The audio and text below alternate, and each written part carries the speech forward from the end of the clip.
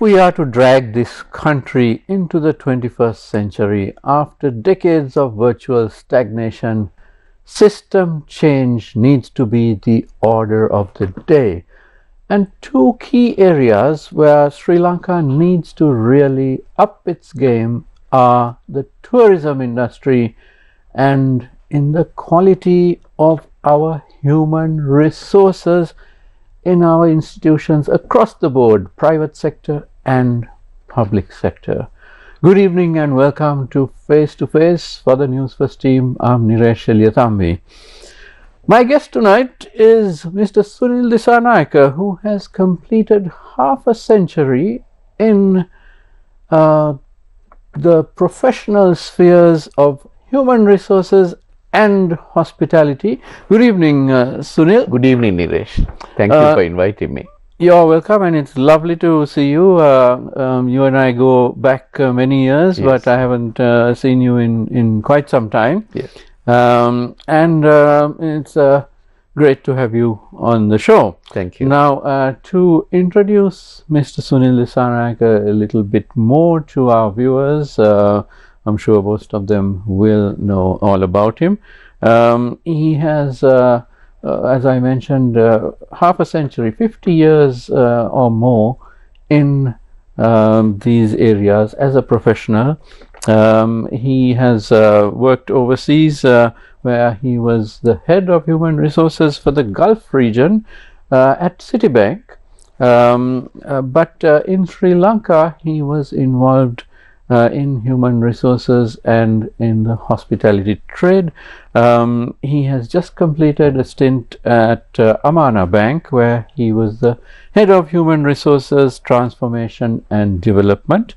He was earlier director and chief executive of the BMICH, and he was the chairman of the Northern Province Tourism Bureau. He holds many professional qualifications in both hotel management and human resources management. Notably, he is the former president of the Ceylon Hotel School Graduates Association and the former chairman of the Sri Lanka Institute of Tourism and Hotel Management.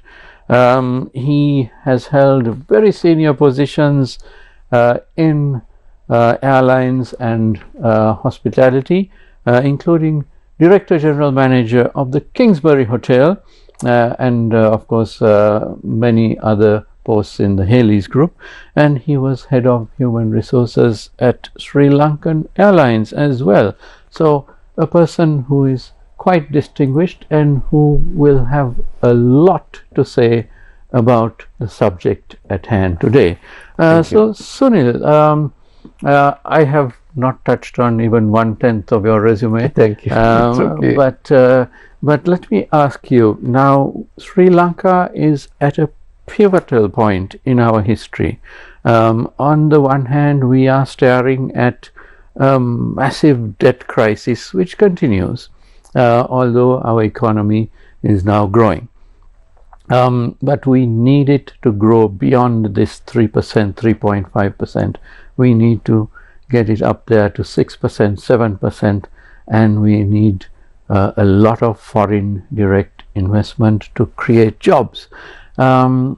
Now, when you look at our human resources sphere, and I'm talking across the board, Sunil, and you have worked in so many different industries, one gets the feeling that our human resources is not quite at the standard, the global standard that we need to be at in order to attract investment, attract all types of customers to Sri Lanka.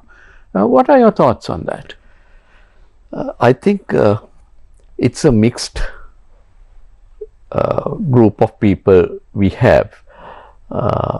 Lots of professionals are with foreign exposure who are now come back to Sri Lanka, who left the country like me in 88, 89, 90, and then have now come back with that experience and holding senior jobs.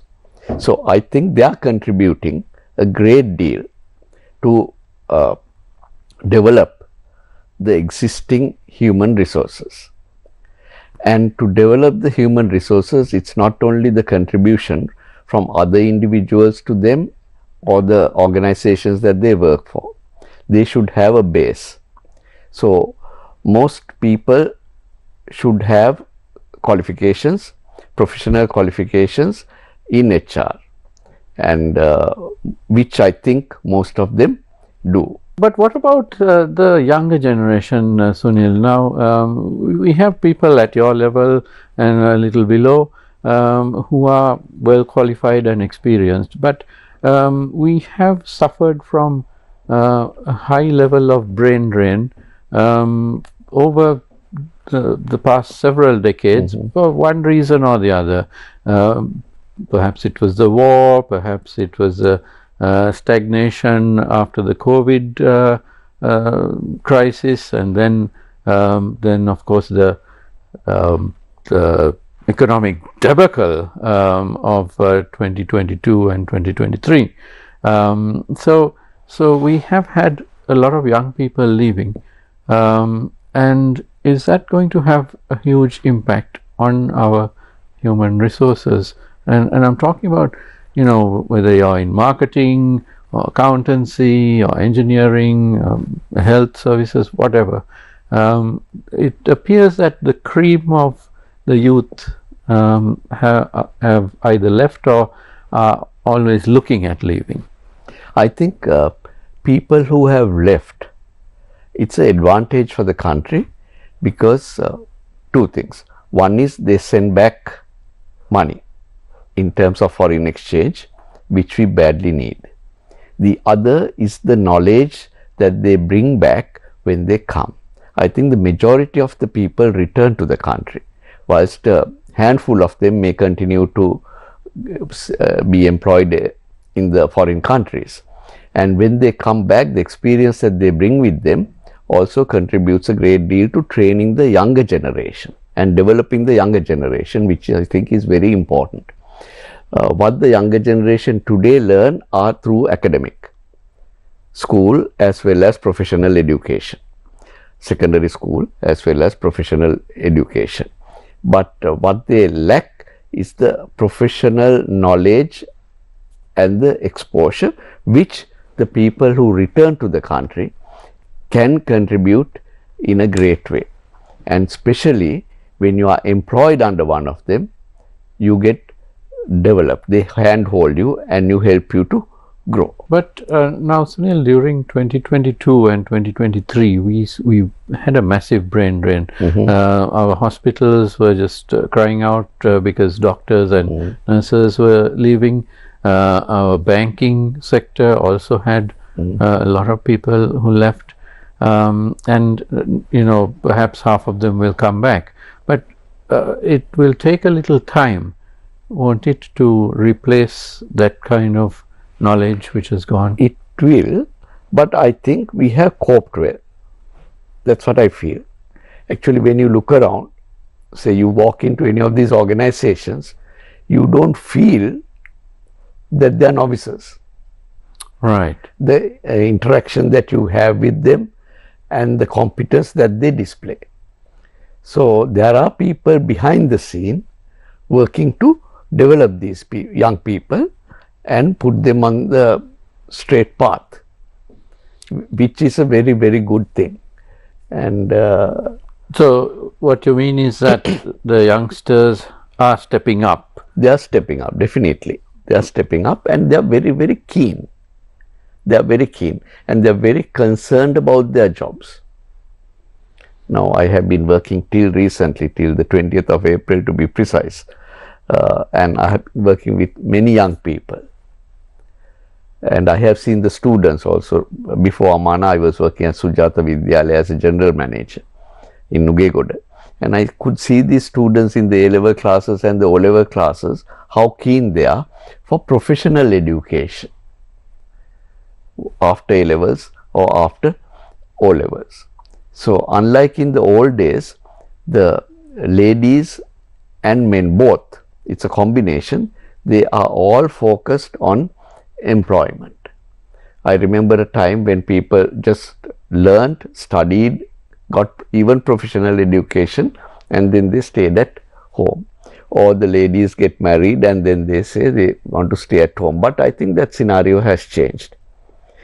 Maybe due to the economic reasons as well, where people want to get employed and not just be employed and stagnate, but grow professionally.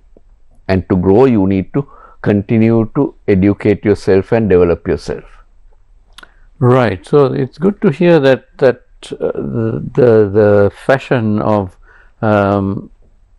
the ladies getting degrees and then going and staying at home, that is actually much less now, because I think something like 60 or 65% of our undergraduates now are female. Yes. Yeah, so it's good to have them contribute rather than staying at home.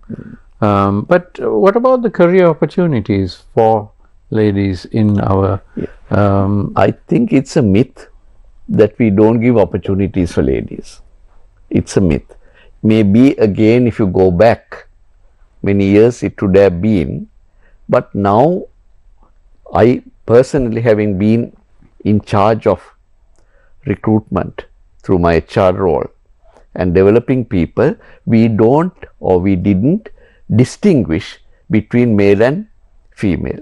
What we looked at are their competencies. For every job role, there is a set of skills, both soft skills and hard skills.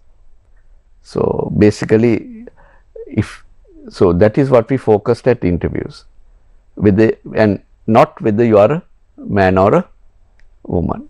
And sometimes the females come out better, sorry to say that, or well done, than the men. Right. Now, what about the more specialized trades and professions? For example, doctors. We certainly don't have enough doctors. When you look at doctors versus the population per capita, we are quite low. And when the economy was in crisis, we had a health crisis because the outflow of doctors was a huge cause for concern. There were many hospital wards, specialized wards in major hospitals, which had to close down. So we don't have a big reserve of doctors, and in the same way there are other professions as well. How do we sort of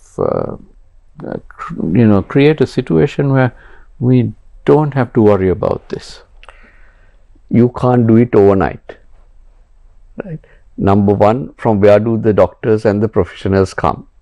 They come through the academics and the education. There is a pipeline, and that pipeline feeds into the medical college or the university medical education systems or other professional bodies for other professions.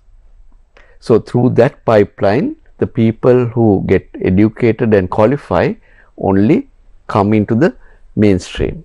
So there is a limited number of students or people who pass out, graduate and come in. To overcome that, I think we need to increase the intake. Now, I remember when I was chairman at Sri Lanka Institute of Tourism and Hotel Management, that was from 2015 to 2018, we had a target that we will have, I can't remember the exact amount, I think 2.2 million tourists arriving into the country by 2020. I can't also recall whether we achieved that or not. And to cater to those, we calculated we needed to put out 25,000 qualified, educated hoteliers at different levels every year. Right. Then we created an action plan. How do we do that? We went out to the schools, we educated, we gave lectures and said this is what you get in the hospitality industry. And especially in hospitality, there is a reluctance, especially from the non-urban areas, for the families to send females to the industry. So we took female hotel staff as role models when we went into the schools where we spoke to the parents and students. We had the principals invite the parents also, so they get first-hand information, and so that gradually that myth we were able to remove. I don't know whether it was removed 100%, but to a certain extent. And now also, if you advertise for courses at SLITHM or any other professional body for the hotel industry, there is a whole heap of people applying. So that's good to hear that youngsters are keen, because that brings me to the other area I'd like to cover with you, which is the hospitality, the tourism trade. Much is expected of this, of course, because it's an industry which can give us some rapid revenue gains, because the number of tourists keeps increasing, and of course there are more and more hotels being constructed, so the room capacity of the country also is increasing. But what about at the level of, let's say, hotel general managers or front office managers?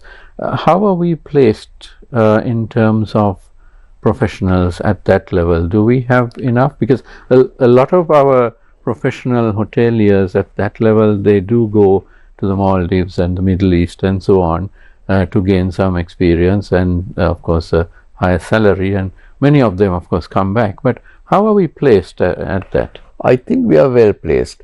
Now if you look at, like I said before, when people go abroad they come back.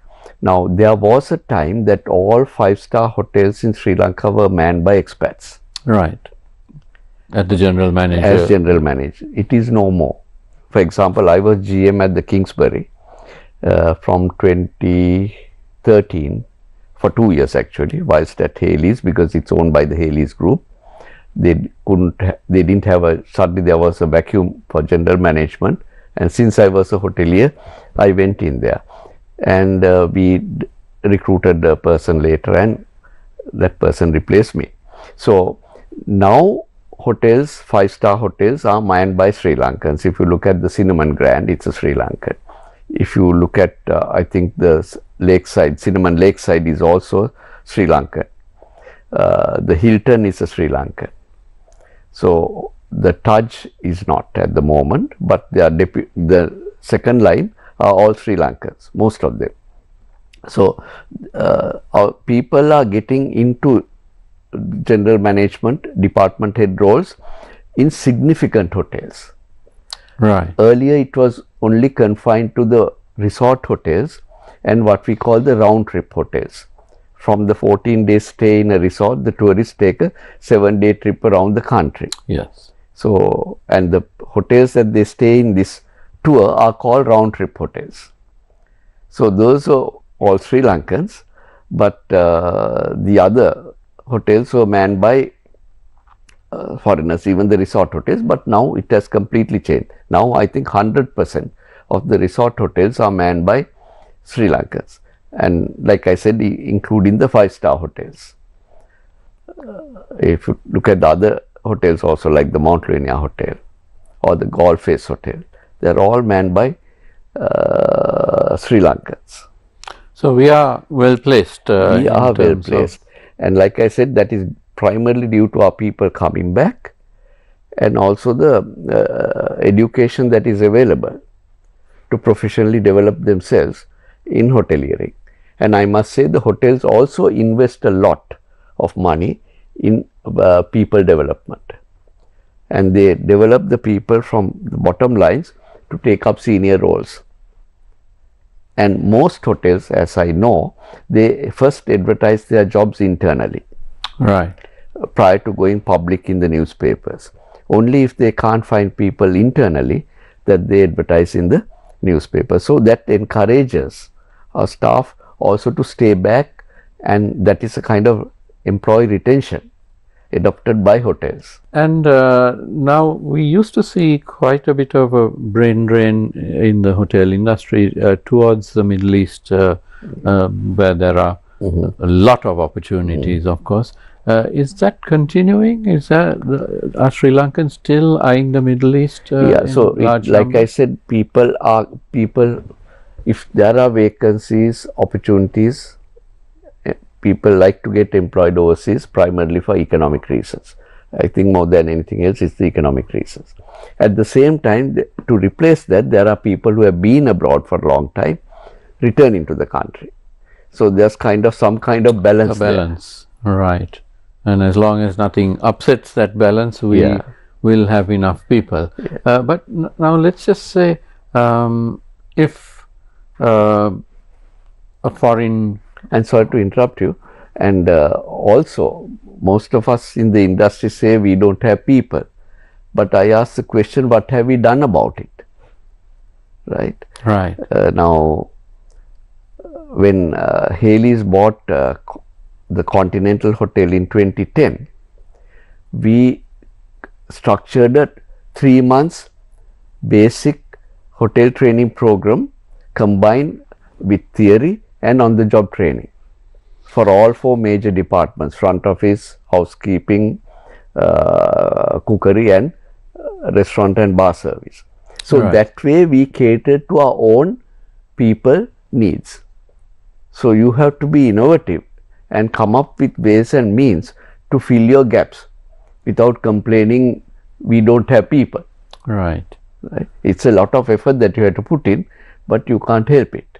Now, if a foreign hotel chain wants to set up, and many foreign chains are actually looking at Sri Lanka quite keenly right now, is human resources a problem? Is it a challenge for them if they needed a few hundred employees from all departments? Would they be able to find those people? Yeah, at senior levels it might be a little bit difficult, right? Again, you have to headhunt and search people. And at senior levels for a hotel, 5-star hotel, it can be about 20-25 people. But the bottom line, you can recruit raw people and train them. That's what we used to do. Now when the Galadari Meridian opened in 1984, it was called the Galadari Meridian then, because it was managed by the French hotel chain Meridian, which was owned by Air France. And I was the staff training manager there prior to the opening, and then continued up to for 4 years. What we did was, during the construction stage, we recruited 600 people, our full complement of staff that we needed 6 months before the opening. I see. And we hired a building outside, and it was virtually a hotel school. Right. We ran courses and educated the people, and then 1 month or 2 months before the hotel opening, we took them to the hotel and we had role plays and dry runs. Yes. You know, so we didn't sit back and say we don't have people, what do we do?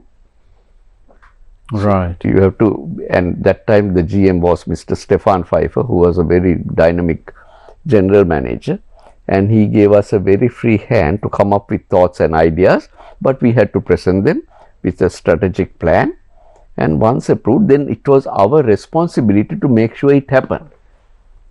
So you have to take ownership also. Absolutely. So we are fairly well placed when it comes to tourism, and I'd like to get into some of the other industries, but first we're going to take a short commercial break. I am in conversation with Mr. Sunil Dissanayake, who is one of Sri Lanka's top professionals in human resources and hospitality. Don't go away, we'll be right back.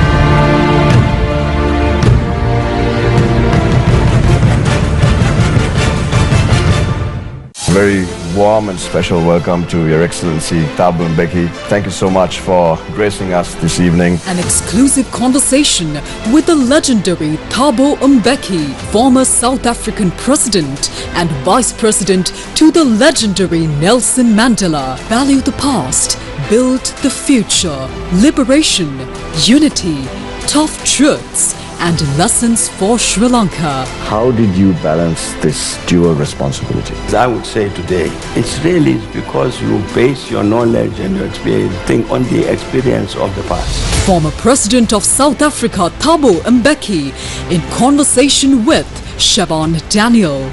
On air on Wednesday the 9th of July at 10:30 p.m. on Sirasa TV.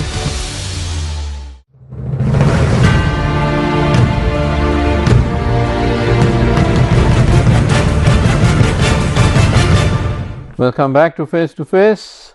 I'm in conversation with Mr. Sunil Dissanayake, who is a leading professional with over 50 years in tourism and, of course, human resource management. Now, Sunil, much is expected of our tourism industry because, after all, other industries take a while. You have to construct a factory or whatever you need has to be set up. But with tourism, we expect more and more tourists to come in, and there are hotels under construction, so the number of hotel rooms continues to increase. So it's a low-hanging fruit where the economy is concerned, and it is expected to generate a lot of revenue. Do you think that it will be able to, the industry will be able to live up to the expectations, because there's a lot of lofty expectations on this industry? Yeah, I think we had the best year for tourist arrivals in 2018-2019, if I recall. Just before COVID. Just before the bomb blast. Yes. In 2019. Right. And now we seem to be getting back into that mainstream again. I think we are short this year so far. We are short by about 200,000 or 300,000 tourists for our 6 months target as at end of May. Right. By end of this year, I think our target is 2.2 million tourists to arrive in the country. So we have a ready-made product. We don't have to manufacture it. It's there. Yes. Right. So then the other side is the marketing of Sri Lanka abroad. I feel we are depending too much on the Sri Lanka Tourism Promotion Bureau and the Sri Lanka Convention Bureau for promotion of the country, which also then requires government funding. So then what you earn from one side goes out from the other side. Here the private sector must take on the responsibility. They are the prime source of, I would say, owners of the industry. Right. Right. So they should take the lead in marketing the country across all regions. Now our traditional markets have been Europe, primarily Europe, and then also Far East. Right. Now we are developing into other areas. India and China. India, China, and the USA as well. USA has been a neglected market, again due to our, I don't know whether it's a misconception, saying that it is too far for people to travel. But if somebody is really interested, they will travel. Right. Don't we as Sri Lankans go to the US to spend holidays? Well, now, many of us certainly do. Yes. We do. So it will take about 10 hours to in Europe and then another 7 hours or so across the Pacific. And here again you have opportunity of breaking journey and relaxing in another country before you get to the States. So Sri Lanka is there for the asking. So what we need to do is the marketing, and the private sector should get involved and actively market the country in their own places. We have two areas called the SLITO, Sri Lanka Association for Inbound Tour Operators, and Sri Lanka SLAPCEO, Sri Lanka Association for Professional Exhibitions and Conferences organization. So these two organizations are in a good position to get their membership, to market the country in their source markets. Right. Now, if I am a travel agent, I will have a source market from where I get my tourists. So, I am only focused primarily on getting the income, but I should also focus, not that everybody is doing that, they are definitely promoting the country, but maybe we should focus much more on promoting the country as well, as much as we try to attract people to at least get our tourists to come through us. Now, Sunil, during the height of the war, we still had hundreds of thousands of tourists coming to Sri Lanka, and that was mainly because the private sector, the hoteliers, the travel agents, tour operators, they did go out there, especially to the various the conventions, the industry conventions in Berlin, in London, in Paris, and marketed Sri Lanka year in, year out. And even though the fighting was going on in the country, we still, we hardly ever dropped below 1 million sort of situation. We did manage. I think we continue to do that. Right. We continue to do that. So, I think we are doing well in that area, but probably we can do a little bit more apart from attending these fairs and congresses, going right into, like street selling, for example, walking to travel agents, sending teams out, talking about Sri Lanka, stuff like that. And I think our embassies too can play a key role. Where tourism promotion is concerned, my personal view is they are not very active. Right. Sometimes we might have tourism officers, but not sure. Maybe they are doing it. I am not blaming them. They may be doing it, but they could be seen more actively to promote the country through the embassies. Right. Now, Sunil, what about, now we seem to always focus on the number of tourists, and that's the statistic which is trotted out as well. We've got used to this over the decades. Okay, in this month we had so many tourists, 100,000, and for the year we've just hit 1 million.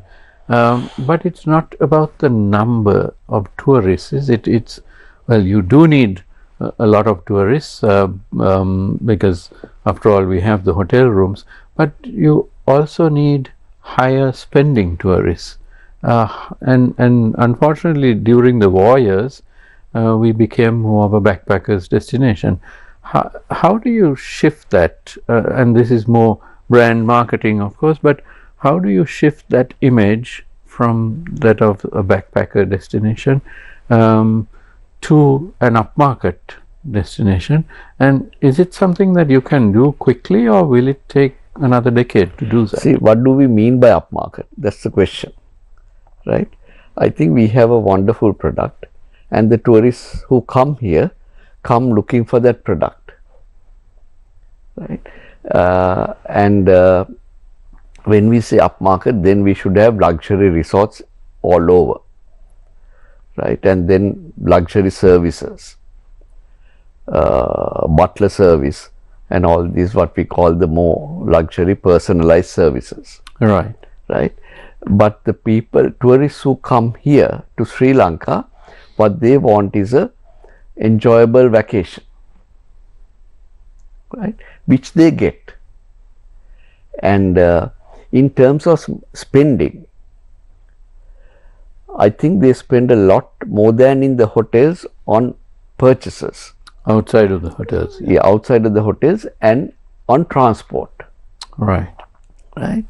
In the hotels, what they do is they pay for their food and beverage and the accommodation.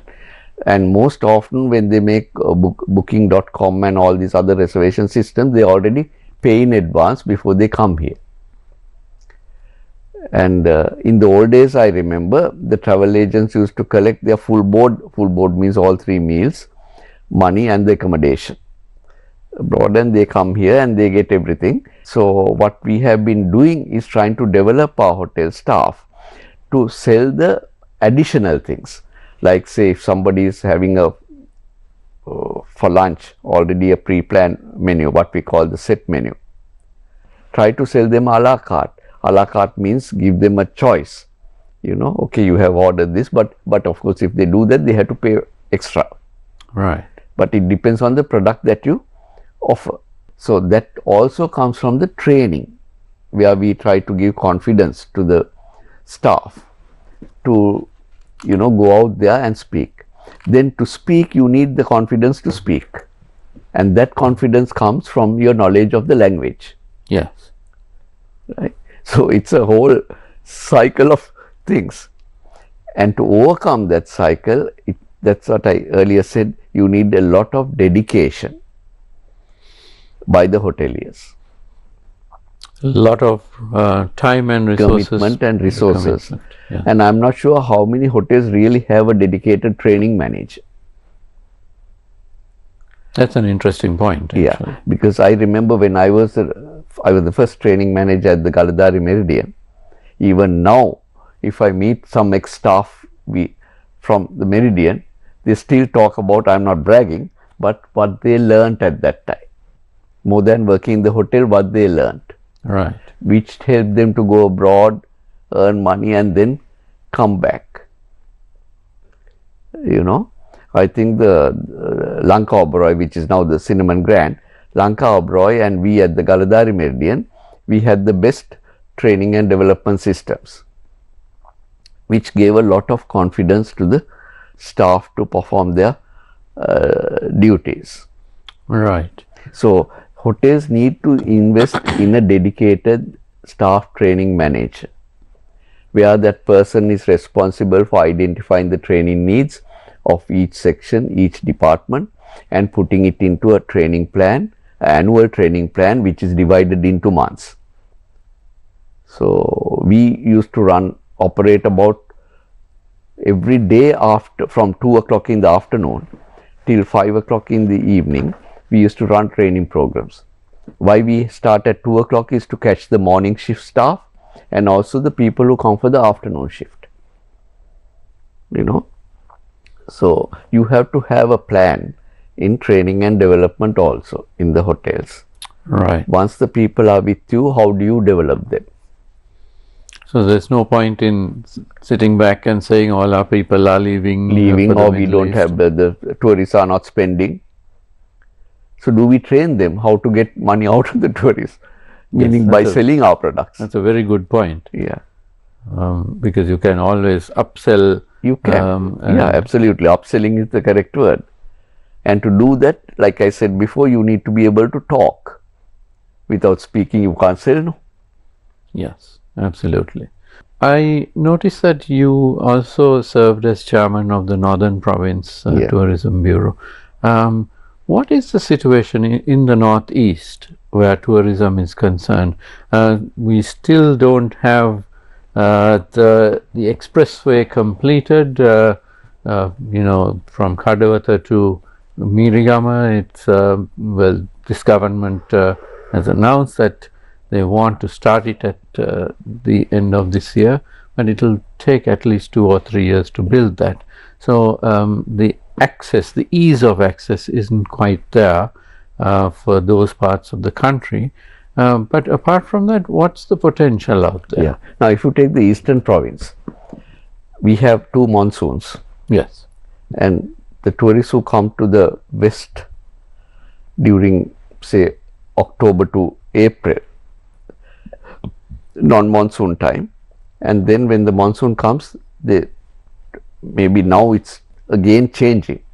Throughout the year, we have tourists coming to both the provinces. So, right. Eastern Province is still not that it's popular in terms of Trincomalee and Arugam Bay for surfing and that kind of thing, and marine sports and stuff, right? So there also we can do a lot to promote the Eastern Province. The North and I think Eastern Province also, it takes about 10 to 12 hours of travel, and the northern province also to go to Jaffna from Colombo, it takes about 12 hours. So there are hardly any tourists traveling from Colombo to the north, maybe more to the east because of Arugambe and Trincomalee, right? Not they go to Anuradhapura, and from there again it's another 4 hours. So it's the responsibility of the travel agents from Anuradhapura to market Jaffna. For the northern province, we were focusing on South India. I see, that's very interesting. We were focusing on South India because we didn't try to, from people who are within the country also we promoted. We promoted the north in other parts of the country, but also we started to promote in South India. We extended the runway so it can take in larger aircraft. This is Palali Airport, and then we had Indigo coming in, and from Chennai and other airports in South India, bringing in tourists from that region, which was very, very helpful. And now we have a whole host of hotels as well, which are of a good standard. And people in the north are also very keen. Again, it was a myth that there was a restriction on female staff going and joining the hotels in the north, but now it has been broken. Right. Again, we did a lot of education and stuff like that to dispel that myth. So the north is developing, and primarily due to the South Indian tourists. Right. So that's good news, and especially with the ferry service. As well. We started the ferry service also, but I'm not sure whether it's still in operation. I think during the monsoon period, it stops, and then it starts up again. It was about 12,000 rupees, I think, each way, Indian rupees, so, right. Which was good.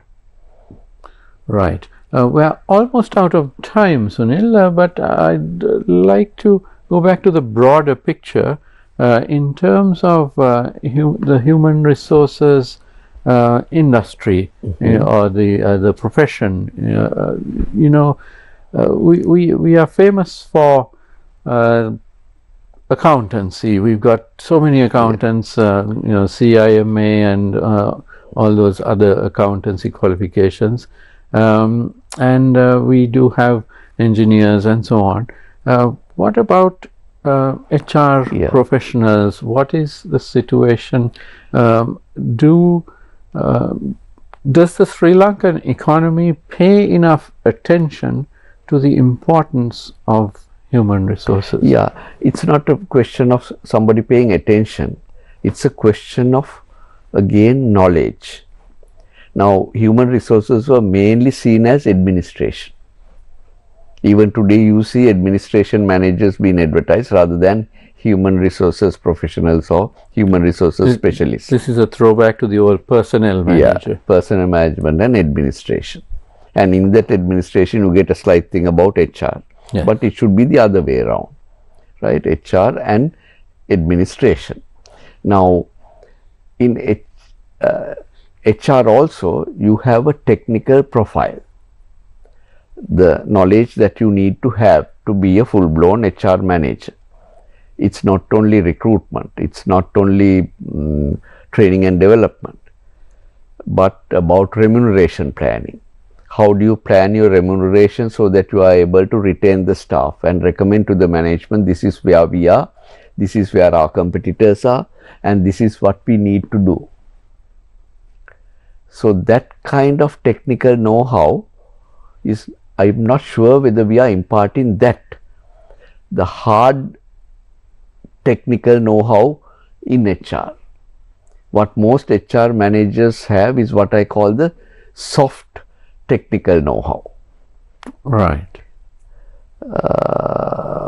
Again, I am not criticizing, but what we need to focus also now is on the hard technicalities of HR management. That is, like I said, the remuneration planning, and performance management. Again, performance management, there's so much that you need to do. How do you design a performance management system? Most of the time we take up one A4 sheet and put some statements, and then we have boxes in front and say tick off. Yes. And you don't even share that information with the employee, right? So it has to be a more transparent and comprehensive Now, when I was process. the group director of Haley's for HR, we designed a total performance management system, and how we designed is that by interviewing the department heads. There are I think 12 businesses. In each business we designed a performance management system to suit that business. For example, the manufacturing sector performance management system didn't work for the plantation sector, and the plantations were not open for performance management with respect, but we overcame that, right? So it's about education. So we started by designing the system, and how we designed is by brainstorming with the stakeholders. Right. What kind of performance management system do you want? And then we designed it according to that. And once designed, we started to train the supervisors first, who will do the performance management, who will implement it, and then the employees, what is your role in performance management? So there needs to be a bit more professionalizing. Yeah, it's a huge thing. We just call it performance appraisal and do it, but it's much more than what you see on the surface. Right. Those are two areas that really we need to focus: remuneration planning and performance management.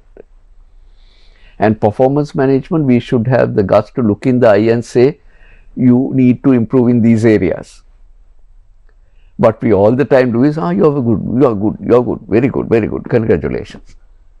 Even the worst guy, you will say that. So you are doing a disservice to the organization as well. So some food for thought there, and I'm afraid we are out of time. It's been a very engrossing discussion. My thanks to my guest, Mr. Sunil Dissanayake, who is one of the country's top professionals in human resources and hospitality. Thank you for joining me, Sunil. And thank you to you at home for watching. Don't go away, because the news is coming up next as always. Have a great evening.